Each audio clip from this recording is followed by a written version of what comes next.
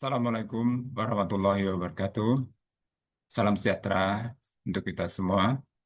Ibu, Bapak sekalian yang saya hormati, saya Haris Priadi, Bidai Suara Ahli Utama, BPSDM di Provinsi Kalimantan Selatan. Pada kesempatan yang baik ini akan menyampaikan strategi pembelajaran Agenda 2 Pengelolaan Kebijakan Pelatihan Kepemimpinan Nasional tingkat 1. Mohon izin saya share screen.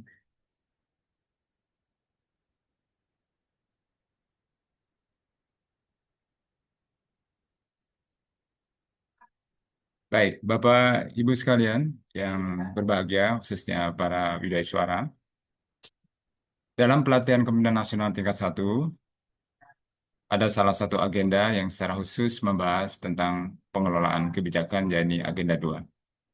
Agenda 2 ini akan ditujukan untuk memberikan penguatan kompetensi pengelolaan kebijakan publik, baik dalam lingkup instansi maupun lintas instansi dengan mengedepankan sinergi antar unit dan antar instansi, yakni melalui pendekatan kolaborasi. Ini merupakan amanat dari keputusan Kepala Lembaga Administrasi Negara tentang kurikulum pelatihan kepemimpinan struktural.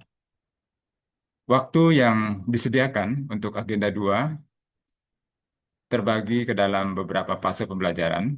Dalam fase pembelajaran mandiri, dialokasikan 8 jam pembelajaran yang pada pokoknya memberikan kesempatan kepada peserta untuk belajar secara mandiri atas materi, kemudian juga menyelesaikan produk pembelajaran berupa esai Agenda 2, dan selanjutnya dilaksanakan proses pembelajaran secara e-learning, baik tahap 1, tahap 2, maupun tahap 3. Di fase e-learning tahap 1, terdapat ceramah isu strategis kebijakan dan juga overview pembelajaran Agenda 2. Ini ada kaitannya atau menjadi bagian yang tidak terpisahkan juga dari Agenda 2, yang kemudian secara khusus akan didiskusikan bersama dengan fasilitator, dengan widya suara, adalah fase e-learning tahap kedua dan tahap ketiga. Pada tahap kedua, disediakan waktu selama 18 jam pembelajaran yang terbagi dalam sesi asinkronus sebanyak 13 jam pembelajaran dan sinkronus 5 jam pembelajaran. Di tahap 2 inilah yang nanti akan kita elaborasi lebih jauh. Demikian juga di e-learning tahap 3 yang mengalokasikan waktu selama 8 jam pembelajaran. Dalam rangka menyampaikan atau mendeliver substansi dari Agenda 2 ini, maka ada beberapa pendekatan pembelajaran yang mungkin bisa diterapkan. Ya. Yang pertama adalah dengan berbagai metode atau cara menyesuaikan dengan karakteristik peserta, yakni para pemangku jabatan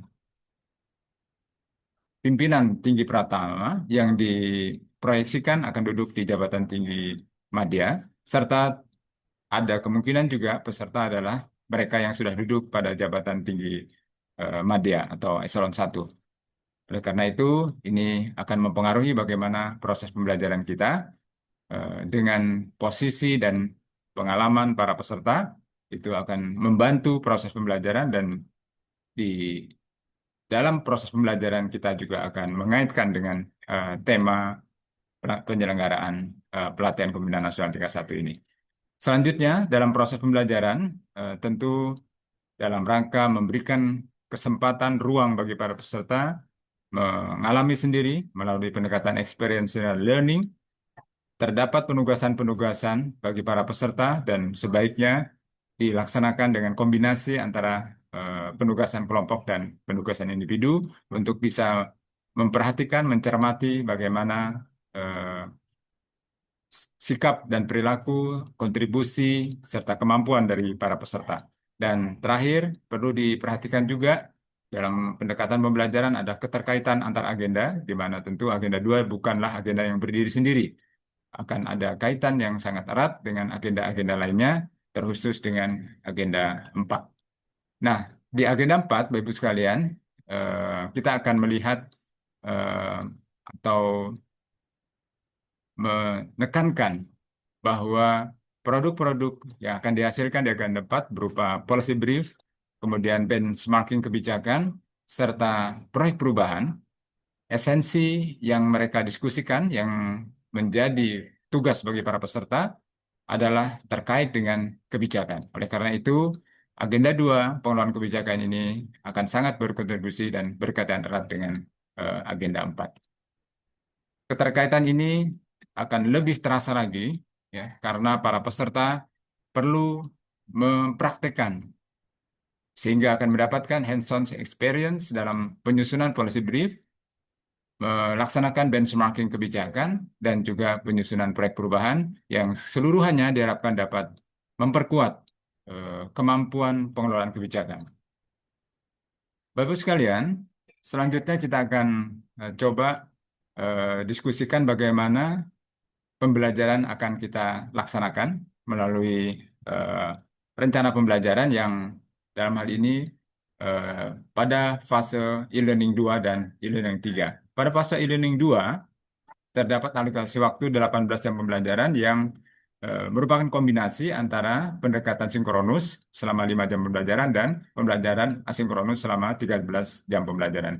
Tentu kedua pendekatan ini perlu saling mendukung, saling menunjang, di mana kegiatan-kegiatan secara mandiri yang dilaksanakan melalui pendekatan sinkronus juga perlu dibahas atau dikaitkan dengan proses pembelajaran sinkronus. Sehingga akan mendapatkan hasil yang lebih maksimal.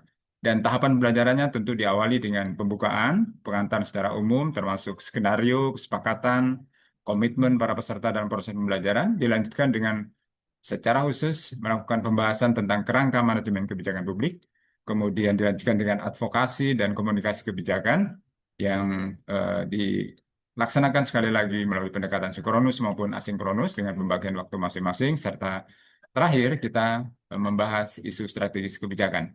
Nah, untuk menutup semua proses pembelajaran, tentu kita akan melakukan eh, peringkasan, pengambilan butir-butir kesimpulan, serta yang tidak kalah pentingnya adalah bagaimana peserta kemudian bisa membuat statement komitmen tentang kontribusi mereka untuk memperbaiki kualitas kebijakan di Indonesia.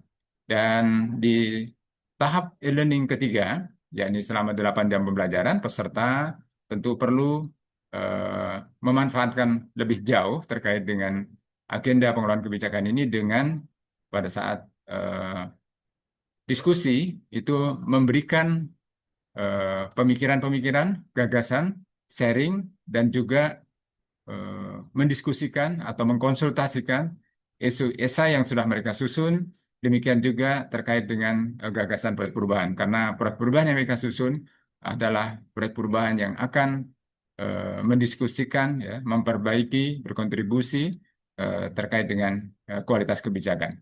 Dan dengan demikian, keseluruhan proses pembelajaran akan diselesaikan dalam waktu 8 jam pembelajaran. Ibu, Bapak sekalian yang berbahagia, terakhir kita akan perhatikan tentunya dalam proses penyampaian pembelajaran dengan melakukan pengelolaan kelas yang optimal, yang efektif, di mana ada dimensi yang perlu kita perhatikan, yakni keterlibatan atau engagement dari para peserta.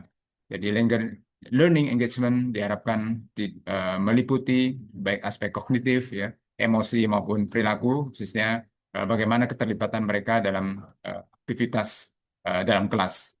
Kemudian, Bapak Ibu sekalian, meskipun ini kelas yang dilaksanakan secara virtual dengan pola e-learning ini, tetapi tentu tetap kita kedepankan proses manajemen kelas yang baik, di mana kita antara lain bisa menerapkan dengan pendekatan yang disingkat dengan GLOS Task Off, ya, yang tidak lain adalah merupakan eh, pembagian fase-fase pembelajaran kelas, yakni pembukaan, kemudian isi, dan penutup. Di bagian pembukaan, yakni eh, pendekatan GLOS, yang terdiri dari upaya untuk get attention, mendapatkan perhatian peserta, kemudian link with the participant experience, ya, tentu kita menggali eh, berbagai pengalaman yang dimiliki oleh peserta, Kemudian juga kita akan secara tegas menyampaikan apa tujuan dari pembelajaran atau output mention, kemudian juga proses pembelajaran seperti apa, ya dalam bentuk skenario pembelajaran atau structure,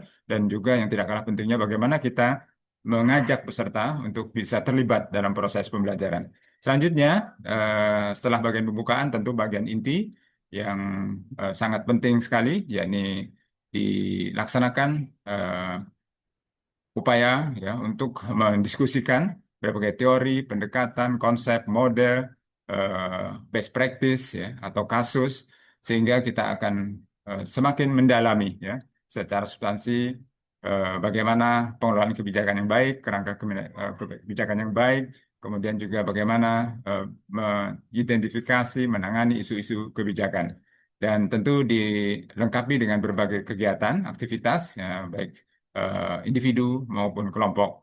Dan tentu di bagian ini pun kita akan membuat kesimpulan-kesimpulan, menarik poin-poin apa yang perlu menjadi perhatian bagi para peserta. Dan terakhir, tentu di dalam manajemen kelas kita akan tutup semua proses pembelajaran dengan mention kembali apa yang sudah kita hasilkan, yakni outcome yang kita dapatkan, kemudian juga memberi feedback dan serta eh, mendiskusikan kira-kira bagaimana eh, tindak lanjut ya dari apa-apa yang sudah didapatkan sebagai lesson learned untuk sekali lagi memperbaiki kualitas kebijakan baik di organisasinya maupun secara nasional.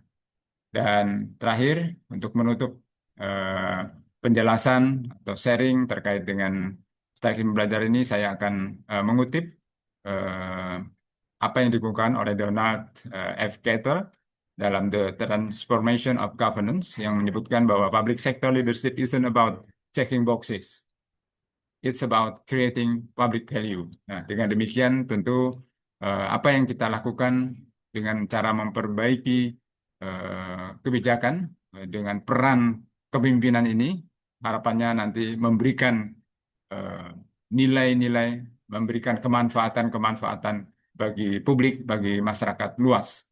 The best leaders don't just manage system, they strategically align the mission, resources, and stakeholder to solve society toughest problem. Dan dengan demikian, bahwa pemimpin tidak hanya sekedar mengelola sistem, tetapi bagaimana mereka secara strategis bisa menselaraskan misi, sumber daya, dan stakeholder untuk bisa menyelesaikan berbagai persoalan berat yang dihadapi oleh masyarakat.